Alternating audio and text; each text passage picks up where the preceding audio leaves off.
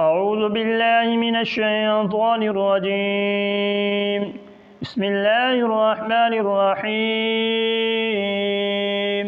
ألف لام ميم. غلبت الروم في أدنى الأرض وهم من بعد غلبهم سيغلبون في بضع سنين لله الأمر من قبل ومن بعد ويومئذ يفرح المؤمنون بنصر الله ينصر من يشاء وهو العزيز الرحيم. وعد الله لا يخلف الله وعده ولكن أكثر الناس لا يعلمون ظاهرا من الحياة الدنيا وهم عن الآخرة هم غافلون. أولم يتفكروا في أنفسهم ما خلق الله السماوات والأرض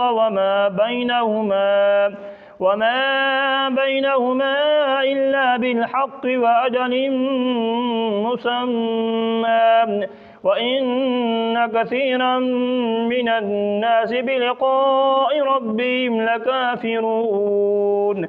أولم يسيروا في الأرض فينظروا كيف كان عاقبة الذين من قبلهم كانوا أشد منهم قوة وآثاروا الأرض وعمروها أكثر مما عمروها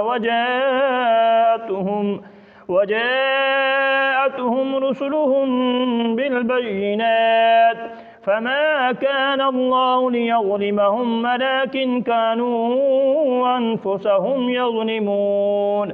ثم كان عاقبة الذين أساءوا السوء أن كذبوا بآيات الله وكانوا بها يستهزئون. الله يبدأ الخلق ثم يعيده ثم إليه ترجعون.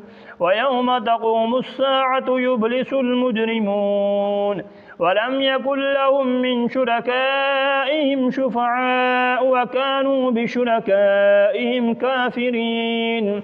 ويوم تقوم الساعة يومئذ يتفرقون فأما الذين آمنوا وعملوا الصالحات فهم في روضة يحبرون.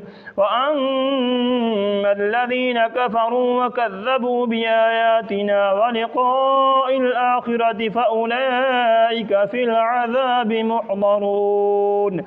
فسبحان الله حين تمسون وحين تصبحون وله الحمد في السماوات والأرض وعشيا وحين تظهرون. يخرج الحي من الميت ويخرج الميت من الحي ويحيي الأرض بعد موتها وكذلك تخرجون.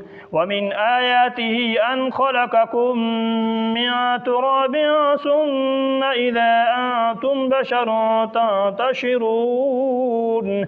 ومن آياته أن خلق لكم من أنفسكم أزواجا لتسكنوا إليها وجعل بينكم مودة ورحمة إن في ذلك لآيات لقوم يتفكرون. ومن آياته خلق السماوات والأرض واختلاف ألسنتكم وألوانكم إن في ذلك لآيات للعالمين. ومن آياته منامكم بالليل والنهار وابتغاؤكم من فضله إن في ذلك لآيات لقوم يسمعون. ومن آياته يريكم البرق خوفا وطمعا وينزل من السماء ماء فيحيي به الأرض بعد موتها إن في ذلك لآيات لقوم يعقلون.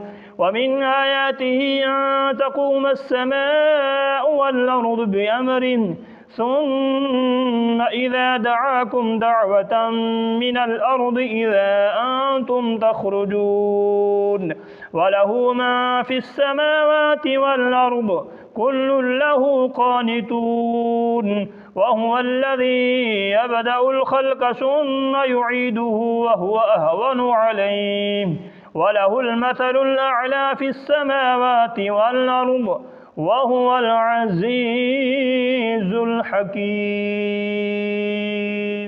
صدق الله العظيم.